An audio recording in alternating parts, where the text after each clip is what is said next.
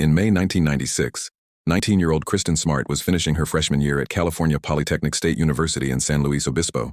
Bright, athletic, and hopeful for the future, Kristin had dreams of becoming an architect or a journalist. On the night of May 24th, she attended an off-campus party. She left the party around 2 a.m., and that was the last time she was ever seen alive. Several students saw Kristin leaving with Paul Flores, a fellow student. Kristin had reportedly passed out on a lawn near the party, and Paul offered to walk her back to her dorm. 2 other students joined them for part of the walk. When they reached the point where their dormitories diverged, Paul claimed he would walk Kristin the rest of the way. According to him, that was where they parted. Kristin never returned to her room. She never called her family.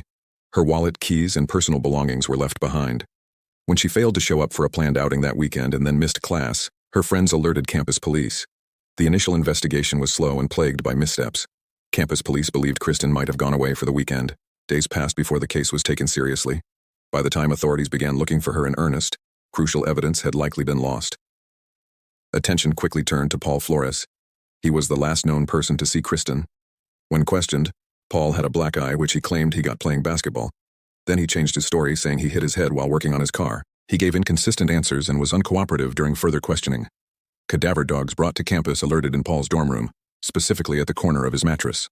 A ground-penetrating radar scan of the area decades later would suggest soil disturbances beneath the concrete in the yard of his father's home. Still, without a body or direct forensic evidence, prosecutors could not make a case. Kristin's family never stopped pushing for answers.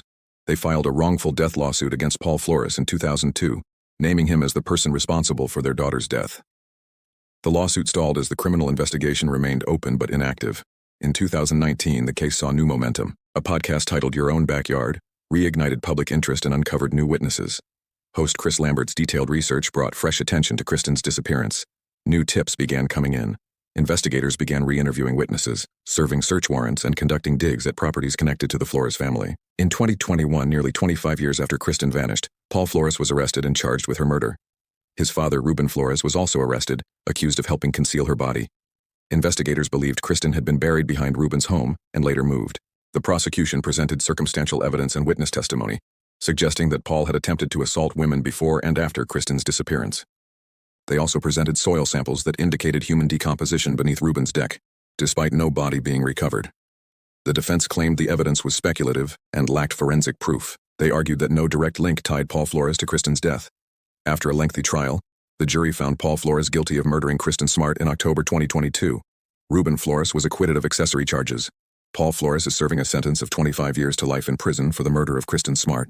Though Kristin's body has never been found, the verdict brought a sense of closure to a case that haunted a community for more than 2 decades.